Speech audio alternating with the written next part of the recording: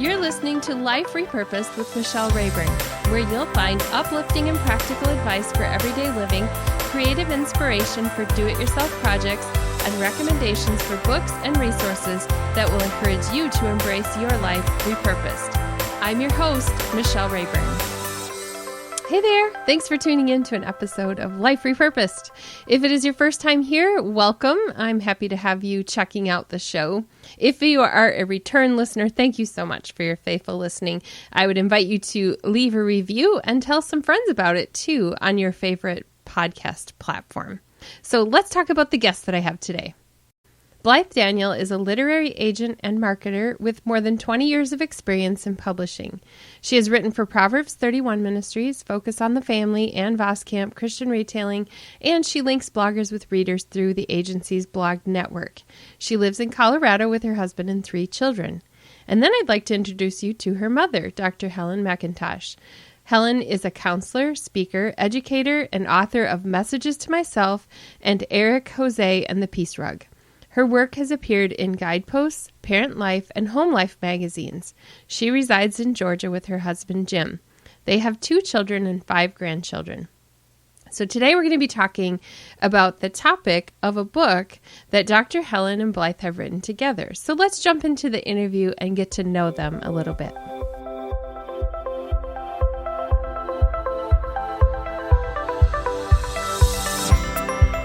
Today, we're going to talk about mothers and daughters and the relationships between them. I have with me Blythe Daniel and her mom, Dr. Helen McIntosh, to talk about how God can mend broken or strained relationships. Welcome to the show, Blythe and Helen. Thanks. Thank you so much, Michelle. In the first chapter of your book, you talk about chocolate, and now I feel like I'm part of your family. Are you a fellow chocolate lover? I am. I love to do my work with a little bowl of dark chocolate M&Ms next to me. It really is, that chapter we talk about what's common between you and really finding common ground between you and your mother or you and your daughter. And that has been a common ground for our family is chocolate. Yeah. I can't believe there are people out there that don't like chocolate, but there are. It's hard to understand, but I know families have something that they can appreciate and value together. Mom and I, even right now, are enjoying some time together at the beach, which is another area of common interest. And so whatever that piece is that really brings you together, we try to say that, there are a lot more things that we have in common. We tend to focus on the differences, don't we? But those things that we have in common are so good to celebrate and to bring into focus instead of just all the differences or the opinions that are varying. Just that commonality is so good. Great. Yeah. So I want to get to the heart of the message here for our listeners that are tuning in, because it's important to know that this whole episode is about having the hope that God can mend what is broken. But before we get to how he does that, let's talk about what it's like to have a broken relationship and how generational brokenness affects that. I think we're all seeing in this COVID season, I call it the plague, during this season, we have really gotten a new look at the things that are broken.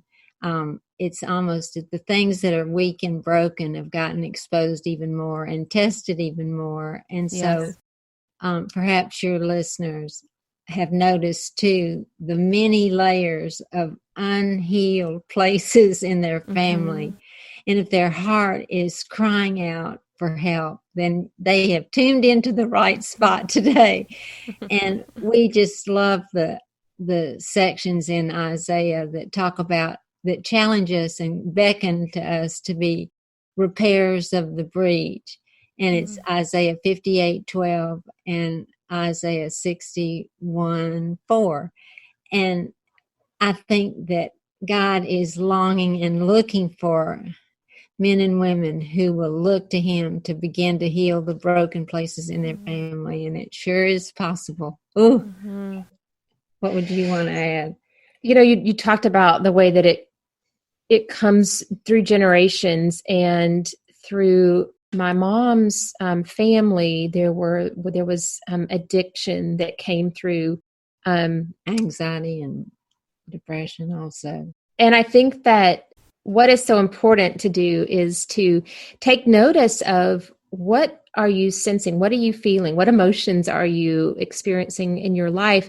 And there's a good chance that it has come to you generationally. And so we do want to address, how do you reset things generationally? And that is a whole section in this book. But as you said, Michelle, it so matters that that we start a new work, and that life repurposed really looks like looking at what's happened and then how you can set things differently on a new course.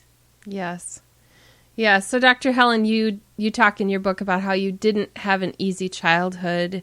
How did that affect how you parented? Oh, good question. Yes, my mom had many wonderful, wonderful qualities, but wow, she needed so much repair inside of her that had nothing to do with the relationships around her, but she affected the relationships. She was quite toxic, quite difficult. So I spent my childhood and really many adult years walking on eggshells, which is an absolute red flag that should have dysfunctional family written on the flag. I mean, that's not how God intended us to walk. But through those the difficult relationship with my mother and the difficult times, God began to teach me one step at a time how to combat that, and how to tag what was happening. In other words, he'd say things to me like, well, it feels personal, but it's not personal. Your mom does love you.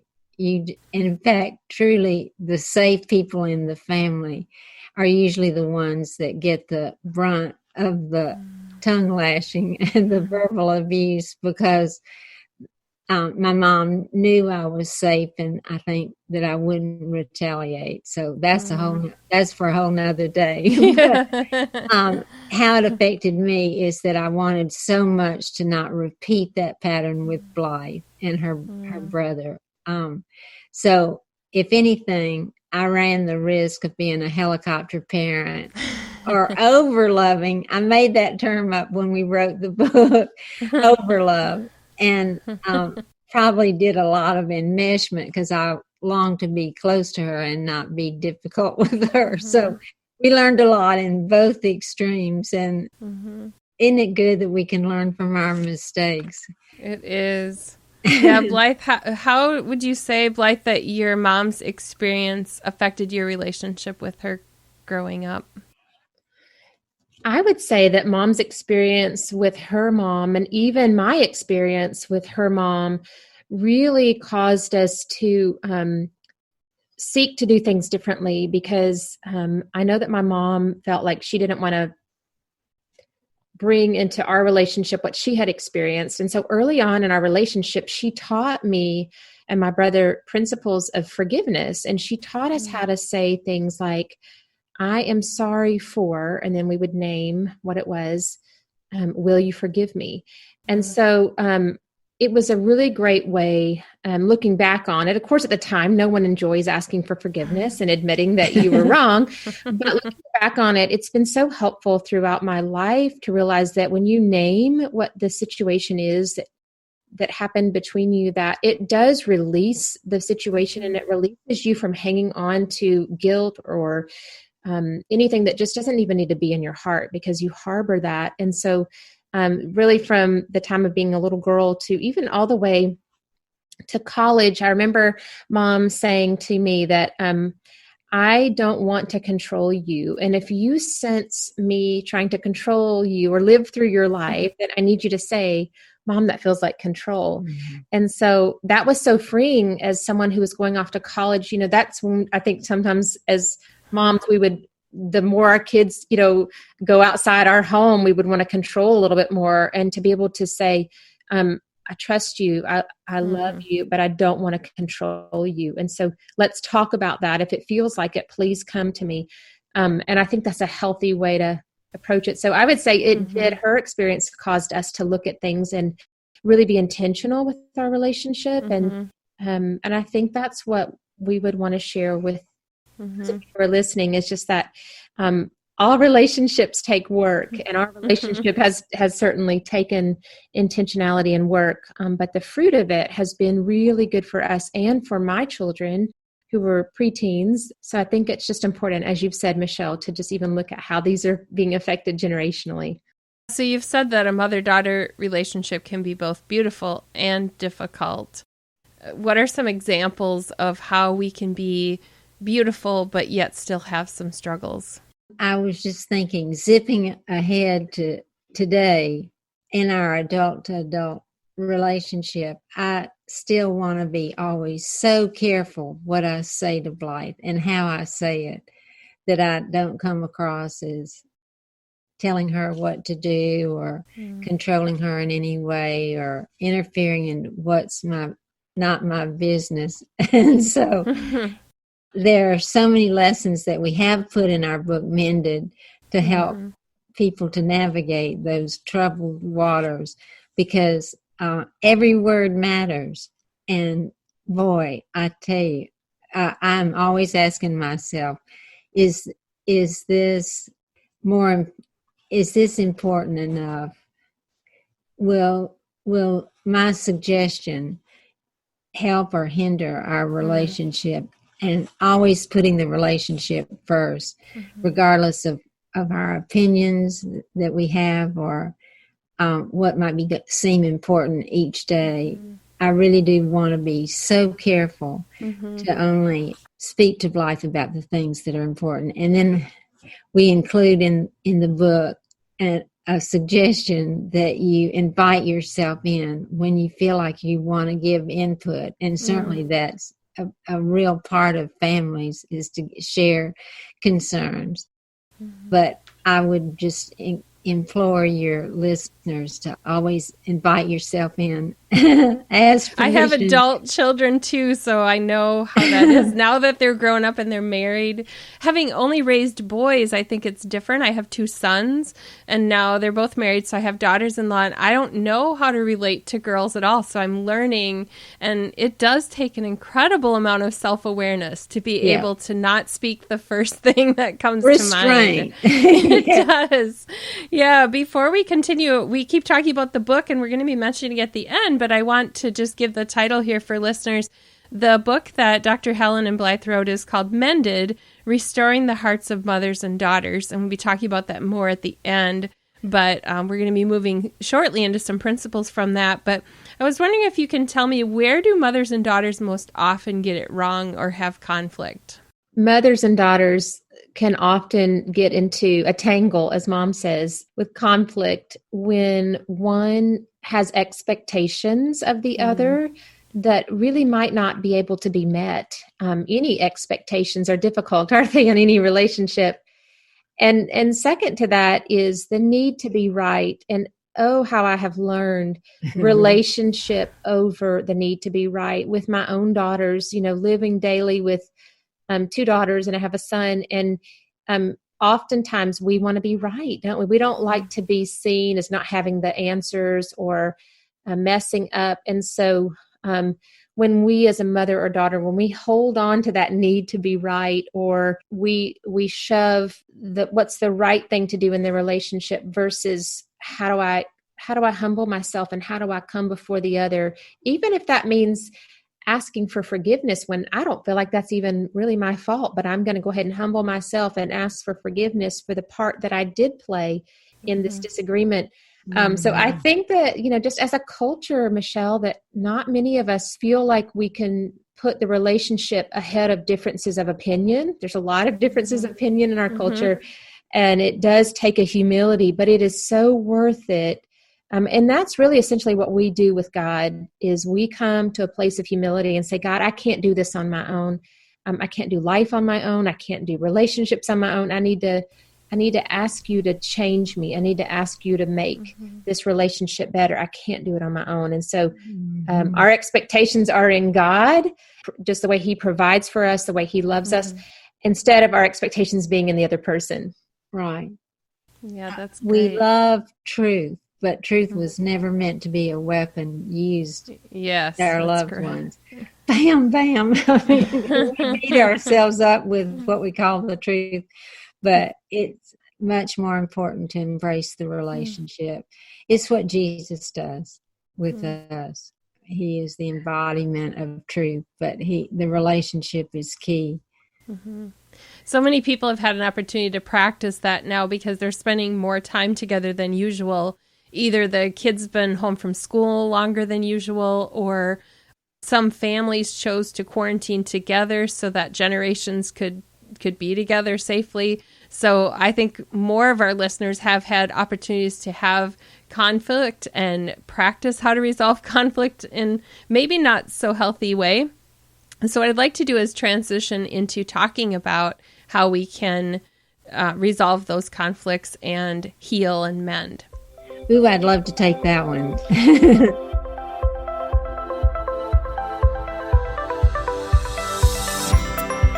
You know, we've spoken a lot about humility and how words matter. And so the heart of our book is pitching to the readers a lot of conversations that you can have to start mending the relationship. Just a couple of words.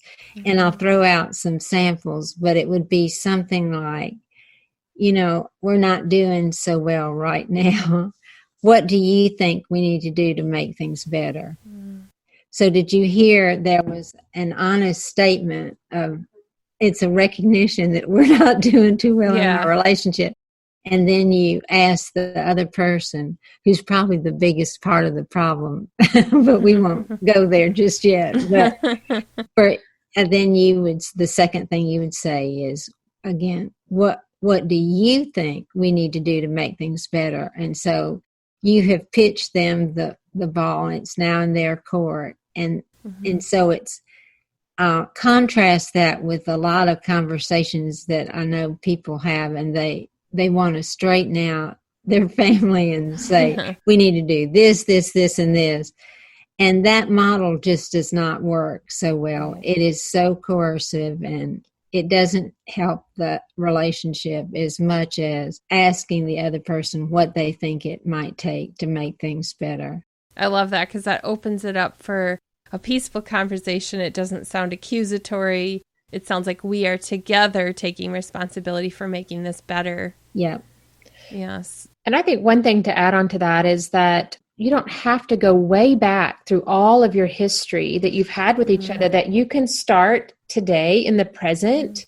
Because sometimes people will put off, trying to have a conversation with a family member or send an email or a text, and because there's so much history between them. But you can start today where you are with your loved one. And even, in this season where families are spending more time together, as you mentioned, another way that you could even practically reach out to someone in your family, a mother or a daughter or other family member, is to even say, how do you see me helping you, but not controlling you? Or how do you see me entering into your life season right now? Sometimes even just not exactly saying, well, we have all this stuff between us, and so where do we even start? But just acknowledging that there's some needs that the person might have that you can help meet in this season. And then that can even foster a conversation down the road a little bit of what issues have been between you. But we just don't want people to feel like there's this heaviness that you have to address everything. We can start today in the present. You asked, where to start. And I think that's really a good thing to remember. One more similar to that, Blythe, I'm so glad you brought that together. But another sentence we like is to say, what do you need to see from me for things to be better? Do you hear the openness? Yeah. And then you can move, as Blythe said, into the present. We're not going to go back to the layers and layers and layers of history. You may want to do that with a licensed counselor at some other time, but this is a wonderful way to get unstuck, and it's honest and soft and gentle, and it really is life altering. Yeah. So how does that work if one, either the mother or daughter, is more of a self-aware person and the other doesn't seem to be aware, are there some conversation starters that would help somebody to develop self-awareness? We put a number of the conversation starters on the website and as well as in the book.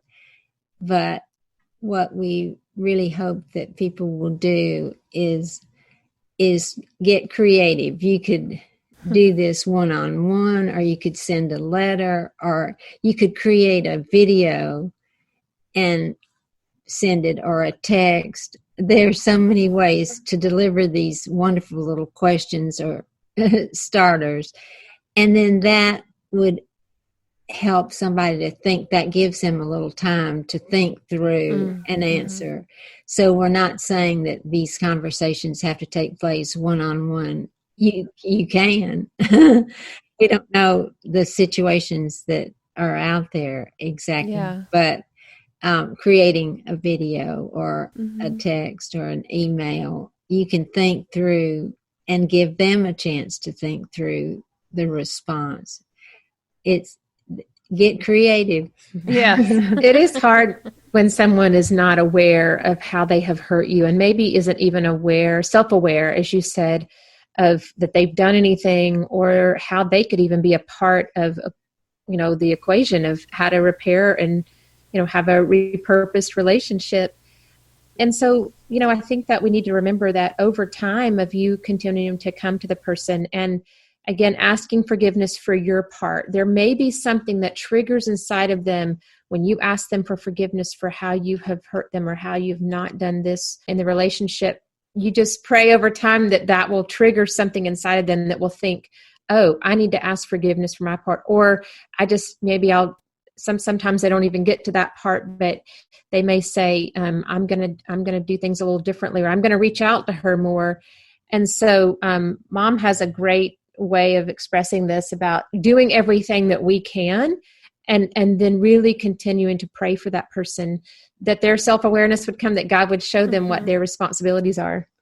Yes. We're talking obviously about that, getting the log out of your own eye first, cleaning up your own issues and your own need to ask for forgiveness. But then I do love that verse in Ephesians where it talks about the armor. I believe it's Ephesians 6:13, and it says, and having done all to stand. And so we want to make sure in these conversations with our loved ones that we are intentional and that we fulfill some measure of responsibility. But then at some point, God says stand, and He releases us. We don't want to assume a false responsibility with others. If we take too much of the responsibility, then we enable their lack of. But we want to be sure that we have no regrets.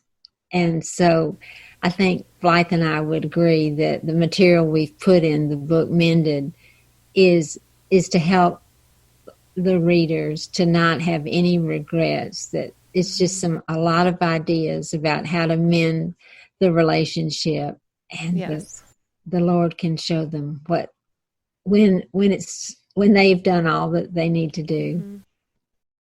There are some mothers and daughters that haven't spoken for a long time. How do they initiate restoration? Well, one of those letters might do it. In other words, where it's a love letter. In other words, an old-fashioned letter or an email or a text. And you would say, I know there's been such a long season of brokenness, but my heart is longing for us to be restored and repaired. What do you think we need to do to make things better? I mean, that says it all. The love letter part is the key, because the temptation is to send some sort of a rant or something like that. So, let me just spill my guts. Right. And, this spirit of anger and hatred that we're seeing in the world is not of God, is it? Yeah. So what a wonderful time for the voices of believers to connect with one another and be a loving testimony. Yeah, God is for relationships, and He will help your listeners to write those love letters that are needed. It's quite simple.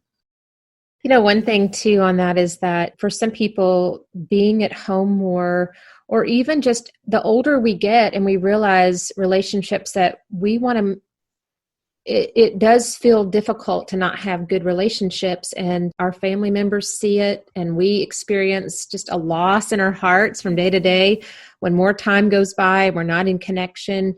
And, I think it's just really good even in this season to, whatever way you're able to communicate with the loved one, is to be able to say, I know there's been a lot of time that has gone by. I do care about you. And to just acknowledge that there has been some time and that in this season, I just want to check on you. I want to make sure that you're okay. I think that's just we can do that right now. And again, you don't have to bring up all the hurt of the past, but to be able to say, I care about you. Yeah. Exactly. We don't like to be distant from it. Hasn't it been interesting to hear 80% of the people we ever talk to not like to be separated from people? And I go, yep, God built us for relationship. That's what people are finding out, that they don't like to be distanced. Yeah, I'm an introvert and I still miss being with people. So, yeah, I need some. You've talked a few times about forgiveness in our conversation. What are the types of forgiveness? I would say one of the first prayers asking for forgiveness that we as believers experience is, of course, asking God to forgive us of our sins. So there's that one. And then we know to, if we have on our good manners, we know to ask forgiveness of people that we have offended. The tricky one is when others have offended us. For instance, my mom had those years of hurting me, and honestly, she never did ask for my forgiveness. But God kept speaking to me and saying, I want you to stay up to date with your record. And so I was careful to ask my mom's forgiveness at different times for things that I knew that I had not done well. And so that sounds like this. It would be, Mom, God is showing me my lack of love and how unkind I was helping you in the kitchen. I am so sorry.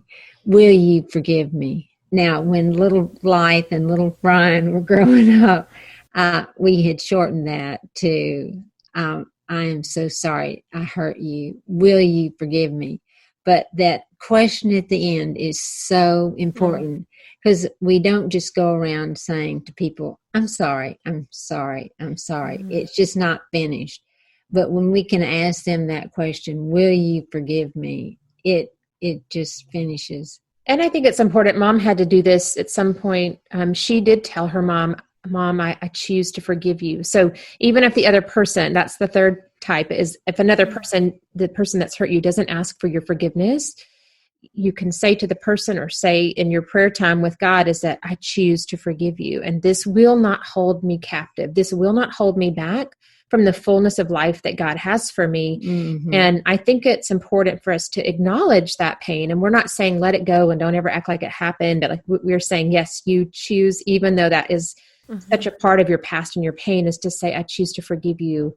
And you may want to even write this out and put a date next to it so that you know that you've released it, and you could build upon that prayer and that conversation. But it is really toxic when we hold on to unforgiveness, and it affects not only our relationship with our own immediate family, but other relationships as well. So just important to let the person go who has not asked your forgiveness, and still acknowledge what's happened, but to be able to release that pain. So we might have this picture. I often have the picture of, every happily ever after. There's restoration. Mom and daughter are best friends now. And it sounds like an artificial expectation. So how can somebody still receive healing even if the relationship is not restored? We really believe that God is able to repair your heart and restore your heart, even if the relationships around you are still not what you wish them to be. It's a real calling and an opportunity to deepen your relationship with God, because in truth, He is what makes it enough. In other words, we want to be codependent on Him instead of the people around us. As much as we have just been talking about how much we love people and want to be restored to them, those relationships are going to get sketchy at times. But God, our relationship with Him is sure-footed, and it's just a great opportunity to keep coming back to Him, the anchor of all. And I don't want to sound Pollyanna. It really is the truth. In other words, in my darkest hours along the path with my mom and disappointments in other ways with people over the years, God just kept saying, come back to me, come to me. I will fill you, reload your heart. And that's just how we were meant to live, and not get our joy from people. We have an expression that we are not to get our love, joy, and peace from our people, places, things, events, and circumstances. God just didn't wire us that way. He did wire us to long for relationships, but we were not meant to get all the goodie from people. We were to get it from Him. Yeah. Yeah, so I think I would be missing one piece if I didn't talk about the idea that we do sometimes still have to have boundaries or guidelines in some relationships because there is maybe some distrust or damage there. So what kind of boundaries can mothers and daughters set within their relationship to protect it from that damage? Well, with my mom, I just was careful to, I didn't think she'd ever physically injure me, but we certainly have a heart for any of your listeners that would be afraid, and we would not want any of your listeners and our readers to put themselves in an unsafe position physically or emotionally. But boundaries is one of my favorite subjects in the whole world. It's a good thing to pray for all of us to ask God for healthy boundaries. But I think you ask that question again to yourself. With boundaries in mind, have I still done all that I need to do, Lord? Having done all to stand. And God will show you the boundary issue. I believe He'll clear that up, that yes, here's the line in the sand. You've done enough. I love the illustration of 2 cups bumping, and that's meant to be the Proverbs 4:23, guard your heart above all else, for out of it flows the issues of life. And we often say when we're in conflict with somebody, oh, you make me so mad. My mom would say that all the time. You make me so mad. But the truth was, I may have bumped her cup, but what came out of it was what was coming out of her own heart. Yeah, that's good.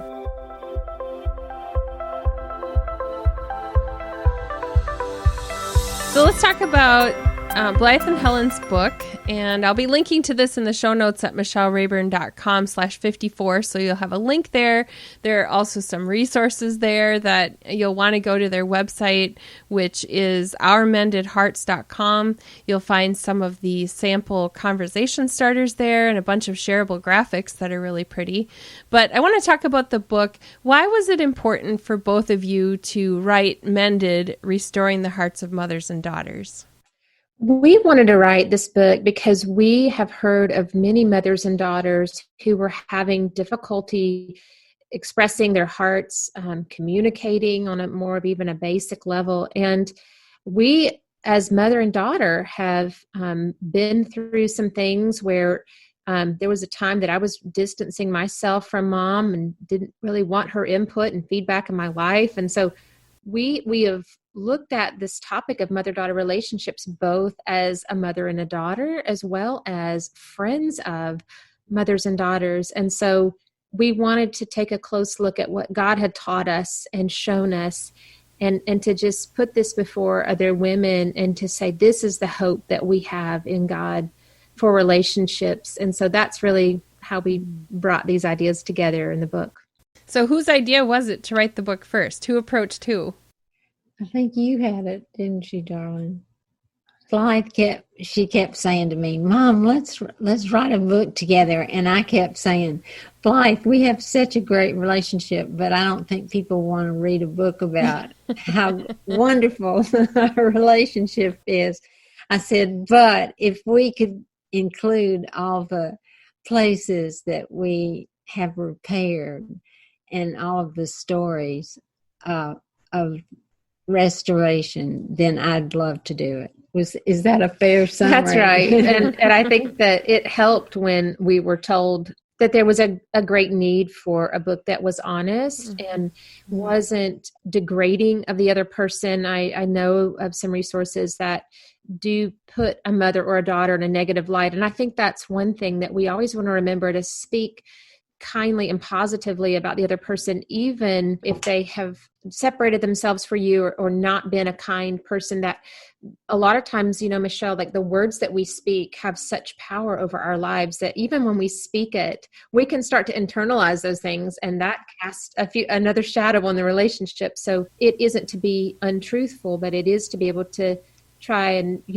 just say words that out loud, even as you talk about the person to your other family members, that we always remember that, God created this person in his image, and things maybe have gone wrong in your relationship, but that doesn't mean that this person is not loved by God, just like you are loved by God. And so I think that's also just important to remember, that as we establish relationships and families, that God looks at us the same, and we are not in a position to judge others. And so just good to remember that. That's great. I love that. So it sounds like hope is something that readers can take away, that there's hope for their relationship, that whatever conflict has happened in the past, there could be some sense of restoration, even if it's not fully restored to picture perfect, like you said, Pollyanna. Is there anything else that you would want readers to take away, that if you could sit across from a reader and say, this is my heart, I want you to get this one thing from reading this? It's never, never, never too late. That's what you've just been talking about. And it really is not. I think the enemy of our souls would want to cause us to despair and say things like, this will never work. All those ever, never work. But that is not true. God can move you out of a stuck place. And that's what Blythe and I really want for your listeners, that we really want people to be unstuck, even today, and to experience the restoration that God has for us on this earth. I mean, we're down here to learn how to love one another. It doesn't seem like it's real easy. It's not. But we try to include as many practical things as possible, ways to listen to each other, ways to not control, ways to be more loving. So what would you want to add to that, Blythe? As we've said, I think relationships are more important than, who has the upper hand at a given time, or who's right, or even, just the idea of learning from our experiences is also so key, that we don't have to repeat the patterns that have been done before us. And so I think those two things, that relationship should be the primary and not who's right, or the differences shouldn't overtake those. And it isn't too late to start over. And part of the healing is that you can do things differently. You don't have to stay in the same places that you've been with each other. I would encourage people who are getting the book to purchase it for themselves, to work on themselves. For me, anytime that God has worked on something in me, that has been more healing than if I try to figure out a way to fix the other person. It's true. I mean, again, we kind of go back to that idea of we want to work on our part. And it could be that after you read the book, you pass it on to your mother or daughter and say, this is what I realize I need to take responsibility for. And I'd love for you to see where I came to realize this. And I want to give you this book. But yeah, you're right. We can't fix another person. Yeah, that's for sure. It's like a good starting place if you haven't both agreed. Let's do this together and let's look, but yeah, start with me and then exactly pass it along. But there have been times where I've seen books and I've been tempted to get it for somebody. And it's that whole principle, like you said, Helen, of looking at the log in my own eye. I better look at where my responsibility is first before I try to fix somebody else. We're all broken in our own ways. We are. But he really does issue a strong invitation for us to be repairers of the breach. Again, that's Isaiah 58:12. And I tell Blythe frequently, I love all the R words: renew, restore, rebuild, and that's the calling we really do have. And we need to be serious. If the Lord has whispered to you, rise up during this dark season in our world, this is one of the ways that we can show the difference that God has made in our life, is to start rebuilding the relationships, the broken ruins in our family. We really can. And it's by taking the log out. Yeah. Yeah. So for listeners out there, I want you to go to ourmendedhearts.com and check out the resources that are there. And if you want to get more about our conversation and just get the links to all the things we've talked about, you'll find that in the show notes at michellerayburn.com/54. So as we wrap up, I want to mention that I'm doing a giveaway of Mended on Instagram. So encourage my listeners to go to @MichelleRayburn on Instagram and find out how you can enter in the next couple of days after this episode releases to get a copy of the book. And then as we wrap up, I just want to ask Blythe and Helen, is there anything you'd like to leave with my listeners? I love your focus, Michelle, on living life repurposed. And I feel like part of what we can do in our relationships is to repurpose them. For sometimes our relationships feel like we are working with that person, we're living with that person, and specifically with mothers and daughters, it feels like we're just getting through, right? And I would love to repurpose that idea that God has called us to a divine relationship. He knew that you would be her mom. He knew that she would be your daughter, and to just repurpose our hearts before each other in a renewed way to say, I am for you. I am going to do what my part is in continuing a good relationship with you, or repairing what we have between us. Great. And I say amen to that, as well as just saying it will produce such freedom. God has come to set us free, and God doesn't want us to be prisoners of the unforgiveness that runs in families and all of the dark things that run in families. He really wants us to be bold and to step up and to trust Him for restoration in new places that we hadn't even dreamed of. And so I just encourage your listeners to trust God to move you forward into a healthier place, because He does want you free, really free. Well, thank you so much for being with me. It's been a delight to have this conversation with you. Thank you. You've been listening to Life Repurposed with Michelle Rayburn. Check out tips, resources, and inspiration at michellerayburn.com. I'd love it if you would subscribe to the podcast on your favorite platform: Apple Podcasts, Google Play, iHeartRadio, or Spotify. I'd also love it if you would like, review, and share the information about this podcast with your friends. Thank you so much for listening.